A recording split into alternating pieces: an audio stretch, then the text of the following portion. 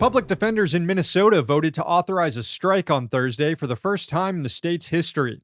The move triggers a 10-day cooling off period before more than 400 attorneys and their staff can actually start a picket, during which negotiations over a new contract will continue with the state.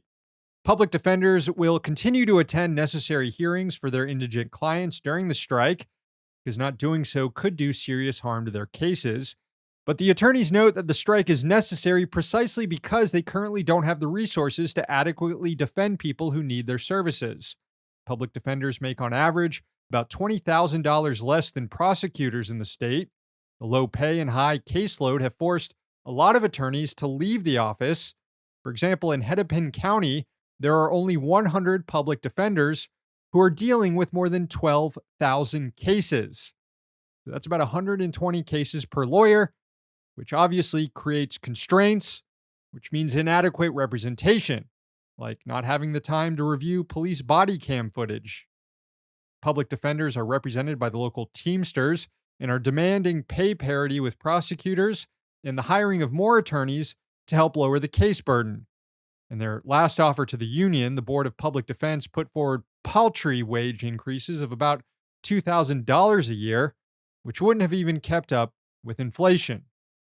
A lot of the woes among public defenders can be traced back to the previous Republican governor, Tim Pawlenty.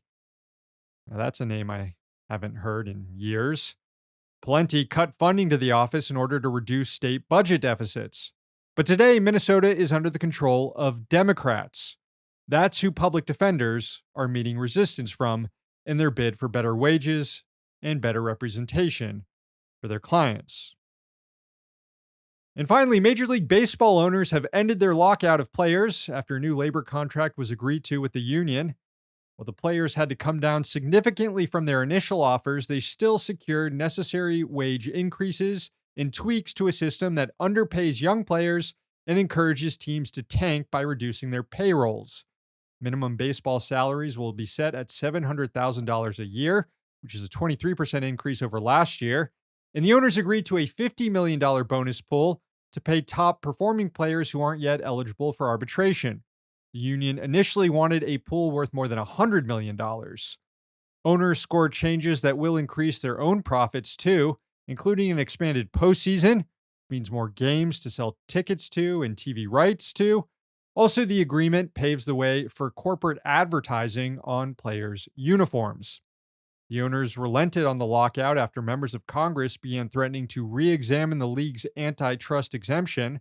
Following news of a deal, Senator Bernie Sanders issued a statement saying he was delighted that baseball would soon return, but he absolutely still intends to introduce antitrust legislation against MLB, as it's the only way to stop the greed of oligarchs from ruining the game.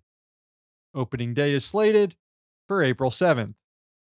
Hey, thanks for watching. Hit the subscribe button so you don't miss any of our new videos. Also, if you want to see Means Morning News in its complete form, not just the clips we post here, head on over to Means TV and get access to all our new episodes and our entire backlog, plus tons of other great movies and original TV shows.